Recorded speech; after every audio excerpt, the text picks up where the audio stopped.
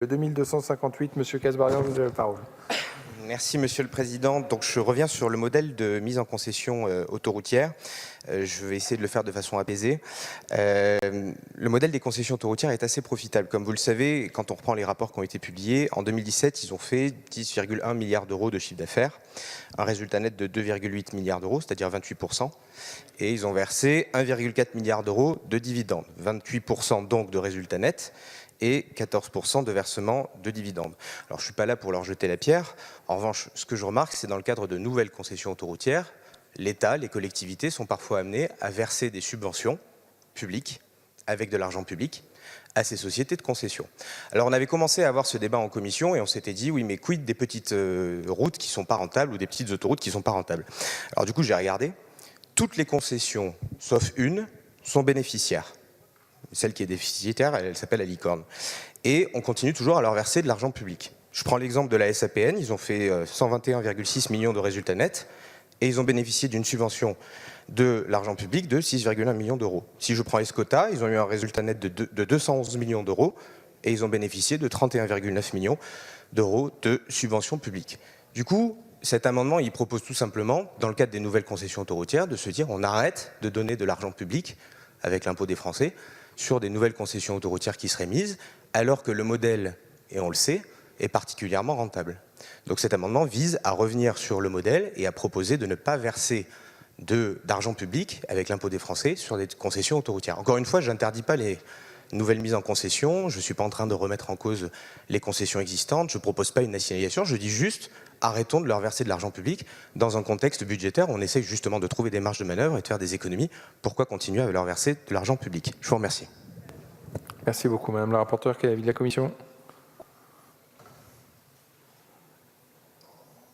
Monsieur le Président, chers collègues, votre amendement supprime en fait la dernière ligne de l'article 122-4 qui indique que le financement ne peut être couvert que par une augmentation des tarifs de péage raisonnable et strictement limitée à ce qui est nécessaire. L'effet serait donc l'inverse de ce que vous demandez puisque l'on supprime cette possibilité d'augmenter les péages qui financera donc les investissements supplémentaires demandés par l'État. Par ailleurs, si vous supprimez toute possibilité de subvention publique pour les nouvelles concessions, il est probable que des sections d'autoroutes peu rentables, mais pourtant utiles pour l'aménagement du territoire, ne seront pas construites car les candidats seront dissuadés. Donc ce sera une demande de retrait.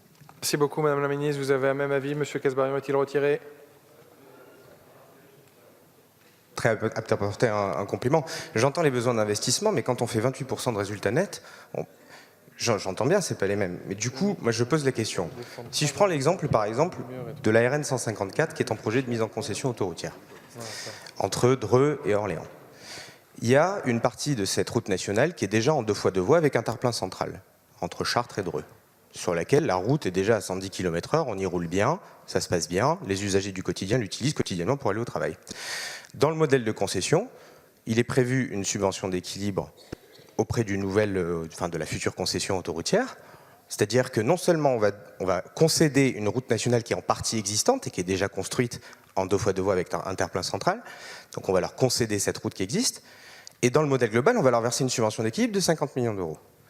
Et donc du coup, je pose la question, je dis comment expliquer aux personnes qui vont l'emprunter qu'on met en concession un tronçon qui existe déjà, ils vont devoir du coup payer un péage qui est compris entre 850 € et 1000 € par an pour aller au travail, sur une route qu'ils empruntaient déjà au quotidien. Et en plus de ça, on va leur verser une subvention d'équilibre avec l'argent des impôts. C'est quand même extrêmement compliqué à expliquer aux citoyens qui empruntent cette route déjà aujourd'hui quotidiennement. Merci Madame la Ministre. Avant de mettre cet amendement, merci Monsieur Kasbarian. Avant de mettre cet amendement en voix, je donne la parole à Madame la Ministre. Merci Monsieur le Président. Si vous voulez, je pense qu'on pourra peut-être poursuivre cette discussion en dehors de l'hémicycle. Je peux vous assurer qu'on ne verse pas par plaisir des subventions. Quand on met en concession, moi j'ai en tête l'autoroute Toulouse-Castres, qui est extrêmement attendue depuis des années. Il se trouve que les trafics ne permettent pas d'équilibrer les travaux et donc dans ce cas-là, on verse la subvention strictement nécessaire pour permettre la réalisation de l'infrastructure. Donc je vous propose qu'on ait cet échange en dehors de l'hémicycle et donc avis défavorable sur cet amendement. Merci beaucoup. Un avis défavorable sur cet amendement que je mets directement aux voix. Qui est pour, qui est contre? Il n'est pas adopté. Le 2260, Monsieur Kasbarian. Monsieur Kasbarian, s'il vous plaît. Merci, Monsieur le Président. Donc, dans cet amendement, je proposais à ce qu'une part importante des résultats nets soit reversée directement dans la concession et pas forcément en dividende, et donc d'imposer une redistribution limitée à 50% du résultat net en dividende. Donc, c'est une limitation du versement de dividendes pour les sociétés autoroutières. Je ne reviens pas sur le modèle économique que j'ai décrit tout à l'heure. Merci, Monsieur Kasbarian. Madame la rapporteure, quel est l'avis de la Commission ? Merci, Monsieur le Président. Ce serait un avis défavorable. On en parlait encore ce matin. Modifier les clauses des contrats de concession existants nécessite une renégociation au cours de laquelle les sociétés seront en droit d'exiger de l'État une compensation de toute contrainte ou charge supplémentaire. Merci beaucoup, Madame la Ministre. Vous y êtes également défavorable. Je le mets directement aux voix. Qui est pour ? Qui est contre ? Il n'est pas adopté. Le 2259, Monsieur Kasbarian. Merci, Monsieur le Président. Donc, c'est un amendement qui propose d'introduire un dispositif de contrôle sur les augmentations de péage. Alors, vous savez que dans le cadre de la discussion qu'on a eue sur la loi Pacte, quand on a parlé de la privatisation d'ADP, tout le monde s'est dit, surtout, ne reproduisons pas l'erreur des concessions autoroutières qui ont été réalisées par nos prédécesseurs. Et donc, du coup, dans ce cadre d'ADP, on a introduit un mécanisme de contrôle qui permet à l'État de fixer les tarifs aéroportuaires tous les 5 ans et d'avoir un vrai droit de contrôle sur les tarifs qui seront fixés aux futurs concessionnaires d'ADP. Et c'est justement en justifiant de l'existence de ce mécanisme de contrôle qu'on s'est dit on ne va pas reproduire les erreurs de nos prédécesseurs sur les autoroutes. Du coup, je vous propose aujourd'hui d'appliquer exactement ce même mécanisme de contrôle tous les 5 ans aux concessions autoroutières en permettant à l'État de lui donner un outil qui permet de fixer les tarifs de péage de façon plus sur le long terme et puis éventuellement de s'opposer à des augmentations de tarifs de péage quand il le souhaite. Encore une fois, je prends l'exemple de la RN 154 sur la mise en concession. J'aurai beaucoup de mal à expliquer quel sera le tarif de péage pour un trajet du quotidien demain et je n'aurai aucune garantie sur la non-augmentation de ce péage dans les années qui viennent. En tout cas, j'ai beaucoup de mal à voir quels sont les mécanismes de contrôle. Donc, je vous propose d'appliquer le même mécanisme de contrôle que sur ADP, où on a permis à l'État de fixer de façon plus forte les tarifs et de s'opposer à des hausses brutales de tarifs autoroutiers. Je vous remercie. Merci, Monsieur Kasbarian. Quel est l'avis de la Commission ? Merci, Monsieur le Président. Les contrats que cet amendement vise à introduire existent déjà, puisque ce sont les contrats de concession passés avec les sociétés d'autoroutes. Ce sont bien des contrats pluriannuels conclus entre l'État et ses sociétés concessionnaires et qui définissent par leurs clauses le dispositif d'évolution des tarifs de péage en application du décret du 24 janvier 1995. Donc ce sera une demande de retrait, chers collègues, sinon défavorable. Et même avis, est-il retiré ? Il est maintenu. Je le mets aux voix avec un avis défavorable de la Commission et du Gouvernement qui est pour. Qui est contre? Il n'est pas adopté. Le 2261, Monsieur Kasbarian, vous avez la parole. Oui, c'est ma dernière tentative de mettre quelques restrictions aux concessions autoroutières. L'objectif de cet amendement, il vise à donner un pouvoir à l'ARAFER de prendre des mesures, notamment pour prévenir le surendettement des concessionnaires et donc pour permettre en fait à l'ARAFER de limiter la distribution de dividendes.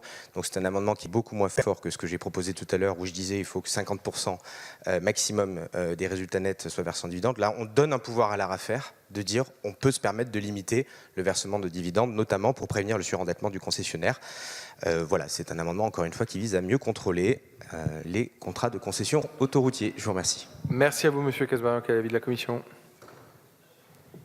Merci, Monsieur le Président. Cet amendement vise à donner à l'ARAFER le pouvoir d'imposer des prescriptions relatives à la distribution de dividendes.